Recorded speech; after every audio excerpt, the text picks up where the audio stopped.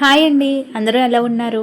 ఈరోజు మన ఛానల్లో పిల్లలు సమ్మర్లో ఇంట్లోనే ఉంటారు కదండి, వాళ్ళకి చక్కగా బిస్కెట్స్ కూడా ఇంట్లోనే తయారు చేసుకోవచ్చు. ఇప్పుడు వరకు ఐస్ క్రీమ్స్ చూసాం, చక్కగా స్నాక్స్ చూసాం, రెసిపీస్ చూసాం.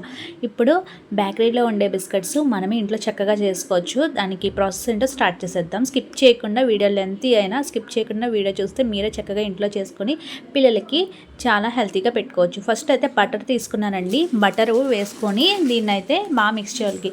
మనం ఖచ్చితంగా బిస్కెట్స్కి బటరే వాడాలండి. బటర్ వాడితే చాలా బాగుంటాయి బిస్కెట్స్ అనేవి, చాలా స్మూత్గా ఉంటాయి, బయట కొనే బిస్కెట్స్ లాగా ఉంటాయి. ఇది బాగా కలిపేసిక దీంట్లోకి 1/2 కప్ షుగర్ పౌడర్ అండి. ఇది మనము షుగర్ని పౌడర్ చేసుకుంటే ఇలాగా 1/2 కప్ తీసుకోవాలి. దీన్ని కొంచెం కొంచెంగా వేసుకుంటూ కలుపుకోవాలి. ఫస్ట్ బటరు ఫ్రిడ్జ్లో ఉంటే కనుక దాన్ని రూమ్ టెంపరేచర్ వరకు తీసుకురండి. అప్పుడైతే మనకు బాగా కలుస్తుంది, లేకపోతే కలపడం అనేది కొంచెం ఇబ్బందిగా ఉంటుంది. ఇలాగా షుగర్ కొంచెం కొంచెంగా వేసి ఇలా బాగా మిక్స్ చేస్తూ ఉన్నప్పుడు మనకి మంచి క్రీమీగా తయారవుతుంది. అప్పటి వరకు ఖచ్చితంగా మిక్స్ చేయాలి, లంప్స్ లేకుండా. షుగర్ పౌడర్ అనేది చూసారు కదా, ఇలా క్రీమీగా తయారవుతుంది. అప్పుడు కొంచెం మనము బేకింగ్ పౌడర్ వేయాలండి. బేకింగ్ సోడా, వంట సోడా కాదు, బేకింగ్ పౌడర్ ఉంటుంది, కేక్స్ చేస్తాము, అది వేసుకోవాలి. ఇందులోనే కొంచెం వెనిలా ఎసెన్స్ వేస్తున్నాను, మంచి స్మెల్ రావడానికి, బిస్కెట్స్ మంచి ఫ్లేవర్ రావడానికి కూడా. ఇప్పుడు ఇలాగ దీన్ని వేసి మిక్స్ చేయాలి. ఇలా కలుపుతున్నప్పుడు వెనిలా ఎసెన్స్ ఫ్లేవర్ అనేది మనకు బాగా తెలుస్తుంది. ఇన్ని కూడా మనం ఫస్ట్ ఎలా మిక్స్ చేసామో అలాగే మిక్స్ చేసుకుంటూ ఉండాలి. ఇవన్నీ కలుస్తాయి, బాగా కలిస్తేనే మనకి బిస్కెట్ అనేది మంచి ఫ్లేవర్ వస్తుంది. ఇలా మిక్స్ చేసుకున్న దాంట్లోకి లైట్గా మనము సాల్ట్ వేసుకొని మిక్స్ చేసుకోవాలి. సాల్ట్ మరీ ఎక్కువ వేయకూడదండి. సాల్ట్ ఎక్కువ వేస్తే మనకి బాగా స్వీట్నెస్ అనేది తగ్గిపోయి సాల్ట్ టేస్ట్ అనేది ఎక్కువ వచ్చేస్తుంది. లైట్గా వేసామా లేదా అన్నట్టు వేసుకోవాలి. ఇప్పుడు దీన్ని కూడా బాగా మిక్స్ చేసి సాల్ట్ వేసిన తర్వాత ఇప్పుడు దీంట్లోకి గోధుమ పిండి తీసుకుంటున్నానండి. మీకు మైదా పర్వాలేదు అంటే కనుక మైదా కూడా వేసుకోవచ్చు. మైదాతో వేస్తే ఇంకా బాగా వస్తాయి. బిస్కెట్స్ కూడా మైదాతోనే ఎక్కువ చేస్తారు మనకి ఎక్కడ తీసుకున్నా. కానీ మనం హెల్తీగా ట్రై చేయాలనుకుంటున్నాం కాబట్టి నేనైతే గోధుమ పిండి 1/2 కప్పు షుగర్ పౌడర్కి 1 కప్పు గోధుమ పిండి తీసుకున్నాను. తీసుకొని దీన్ని కొంచెం కొంచెంగా వేసుకొని ఇందాక మనం ఎలా మిక్స్ చేసామో ముందర బ్యాటర్ అంతా దీన్ని కూడా అలాగే మిక్స్ చేసుకోవాలి. కొంచెం మనకి ఇలాగా విస్కర్కి కొంచెం అంటుకుంటూ ఉంటుంది. దాన్ని మనము కొంచెం కొంచెంగా లూజ్ చేసుకుంటా కలుపుకుంటే ఇబ్బంది ఏమీ ఉండదు. ఇలాగా ఫస్ట్ కలిపేసిన తర్వాత లాస్ట్ అంతా కలిసిన తర్వాత ఇలాగా చేతితో కలిపేసుకోండి. మనకు సింపుల్గా ఉంటుంది ప్రాసెస్ అనేది. అంటే మొత్తం అంతా మనం దాంతోనే మనకి కలవాలంటే కలవదు కాబట్టి అంతా ఇలా కలుపుకొని కొంచెం కొంచెంగా పాలు వేసుకుంటా దీన్ని చపాతీ పిండి కన్నా కొంచెం మెత్తగానే కలుపుకోవాలి. ఇలాగా కలుపుకుంటూ ఉండాలండి. ఇలా బాగా ఇది చాలా శుతిమెత్తగా ఉంటుంది. మనకు చూడండి గులాబ్ జాము పౌడర్ని కలిపినప్పుడు ఎలాగుంటుంది ఆ విధంగా ఉంటుంది. బట్టర్ వేసాము అండ్ విధంగా గోధుమ పిండి వేసాం కాబట్టి బటర్తో మనం కలుపుతున్నాం కాబట్టి మంచి శుతిమెత్తగా ఉంటుంది ఇది.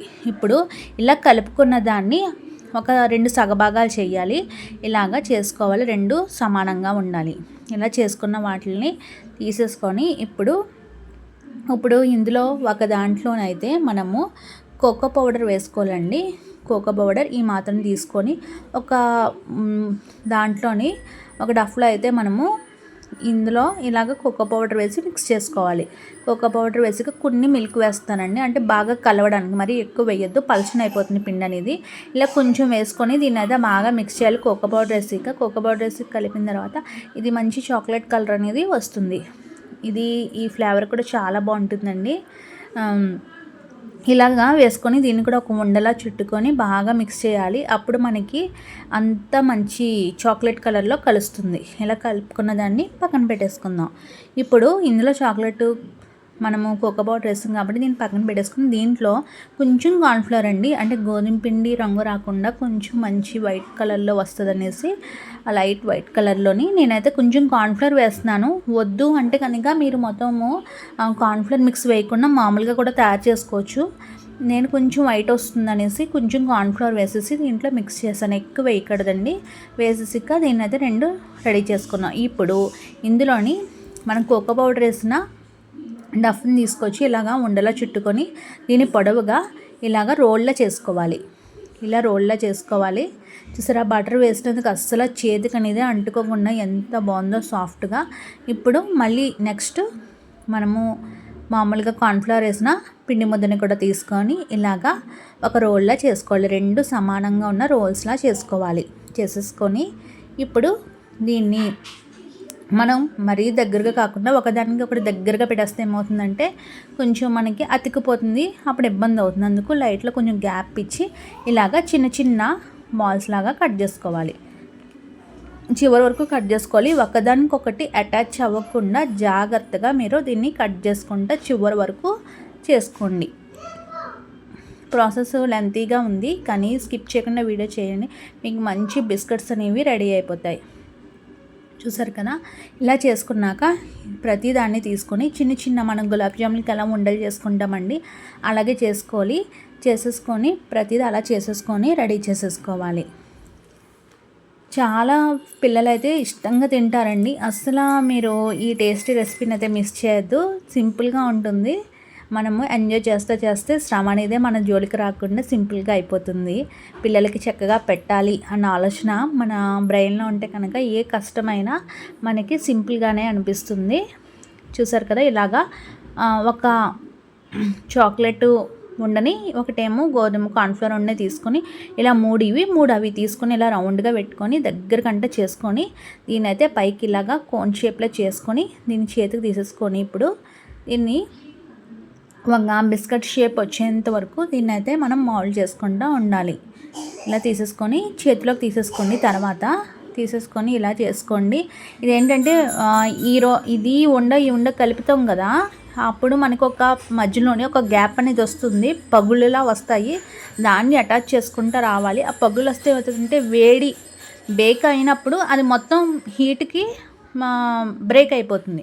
కాబట్టి జాగ్రత్తగా పగుళ్ళు లేకుండా దీని అయితే రెడీ చేసేసుకోవాలి. అలాగా ప్రతి కొన్ని కుక్కీస్ వరకు నేను ఇలా చేసుకున్నాను. ఇలా 3 అవి చూసుకొని పెట్టేసుకొని మిక్స్ చేసేసి సేమ్ అదే ప్రాసెస్లో నేను వేరే చూపిస్తున్నాను చూడండి. ఇలా చేసేసుకొని చేతిలోకి తీసుకొని జాయిగా దీన్ని మోల్డ్ చేసుకొని కుక్కీలా రెడీ చేసుకోండి. చేసేసుకున్నాక అంతేనండి, ఇలా చేసేసుకోవాలి. నేను అన్నీ ఒకలాగే చేయలేదండి, కొన్ని అయితే వేరే మోడల్ చేశాను. అలాగా చేసుకోవచ్చు, ఇలాగా చేసుకోవచ్చు. ఏది బాగుంటుంది అంటే కనుక అంతా ఒకదాంతోనే చేసిన కంటే ఒకే ఫ్లేవర్ వస్తుంది. తినడానికైతే నేను నెక్స్ట్ ప్రాసెస్ చూపిస్తాను, అదే బాగుంటుంది. ఇది కూడా బాగుంటుంది, కానీ కొంచెం పెద్దగా ఉంటాయి. ఎవరికైనా ఇవ్వాలి అనుకుంటే కనుక ఈ కుక్కీస్ మీరు మీ చేతులతో చేసినవి నెక్స్ట్ ప్రాసెస్ అయితే బాగుంటుంది. అది ఎలాగో చెప్పేస్తాను. ఇలా చేసేసుకున్నాను. చూసారా, పగుళ్ళు మధ్యలో వస్తున్నాయని నేను ఇంతలా ఒత్తుతున్నాను. పగుళ్ళు వచ్చినాయి అంటే మనకి చాలా ఇబ్బంది అవుతుంది బేక్ చేసినప్పుడు. నెక్స్ట్ ప్రాసెస్ చూపిస్తున్నాను చూడండి. ఒక 4 కోకో పౌడర్తో చేసిన 4 కార్న్ఫ్లవర్తో ఇలాగా మిగతా వైట్ పిండితో కలిపి 4 ఉండలు తీసుకొని ఇలా రోల్గా చేసుకొని దీన్ని ఇలాగా కొంచెం ప్రెజర్ ఇవ్వండి. ఒకదాని మీద ఒకటి పెడతా మనము రెడీ చేసుకోవాలి. చూసారు కదా, అవి 4 తీసుకొని ఉండలా చుట్టుకొని ఒక రోల్గా చేసుకొని ప్రెజర్ ఇచ్చుకుంటా ఒకదాని మీద ఒకటి పెట్టుకుంటా వస్తున్నాను. ఇలాగ అన్నీ చేసేసుకొని కొంచెం ప్రెజర్ ఇచ్చుకుంటా ఒకదాని మీద ఒకటి పెట్టుకుంటా రావాలి. కొంచెం ఇలా ప్రెజర్ ఇచ్చుకుంటూ చేసుకుంటూ రావాలి. చేసేసుకొని దీన్ని అయితే ఇప్పుడు మనము అటు సైడ్కి టర్న్ చేసుకుంటాం. మధ్యలో పగుళ్ళు ఏం రాకుండా చేతితోనే మనము సాఫ్ట్గా చేసేంత వరకు చేసుకోవాలి. చూసారు కదా, అన్ని వైపులా తిప్పుకుంటా దీన్ని ఇలా చేసుకున్నాను. అంచుల వైపున కూడా మనము సర్కిల్ మామూలుగా ఒక వరుస క్రమంలో రావాలి. అలా చేసుకున్న దాన్ని చిన్న ముక్కలుగా కట్ చేసుకుంటున్నాను. దాన్ని మళ్ళీ ఒక షేప్ వచ్చేంత వరకు చేతితో అద్దుకుంటూ వస్తున్నాను. అలా ప్రతిదీ చేసేసుకొని దీన్ని అయితే ఇలాగా రెడీ చేసుకున్నాను. ఇలా చిన్న కుక్కీస్లా ఉంటుంది అనేసి బిస్కెట్స్ లాగా చేసుకుంటున్నాను. ఇవైతే మనం తినడానికి కానీ పిల్లలకి వేరే ఒకరికి పెట్టడానికైనా బాగుంటుంది. అదైతే పెద్దవి ఉంటాయి, అలా కూడా బాగుంటాయి, ఇలా కూడా బాగుంటాయి. అన్నీ ఇలా చేసుకున్నాను. చూసారు కదా, ఇప్పుడు ఒక ప్లేట్లో కొంచెం ఆయిల్ స్ప్రెడ్ చేసి బేకింగ్ పేపర్, మనకి బటర్ పేపర్ ఉంటుంది కదండి, ఆ బటర్ పేపర్ వేసాను. బటర్ పేపర్ లేకపోతే డైరెక్ట్గా కూడా పెట్టేసుకోవచ్చు, మనకేమీ అంటుకోవండి. ఇవన్నీ దాని మీద వేసుకున్నాను. నా దగ్గర బటర్ పేపర్ ఉంది కాబట్టి నేను ఇలా స్ప్రెడ్ చేసుకున్నాను. ఒక ప్లేట్లో చేసేసుకొని ఇవన్నీ ఒకదానికొకటి అంటుకోకుండా దూరంగా దీన్ని అయితే స్ప్రెడ్ చేసుకోవాలి.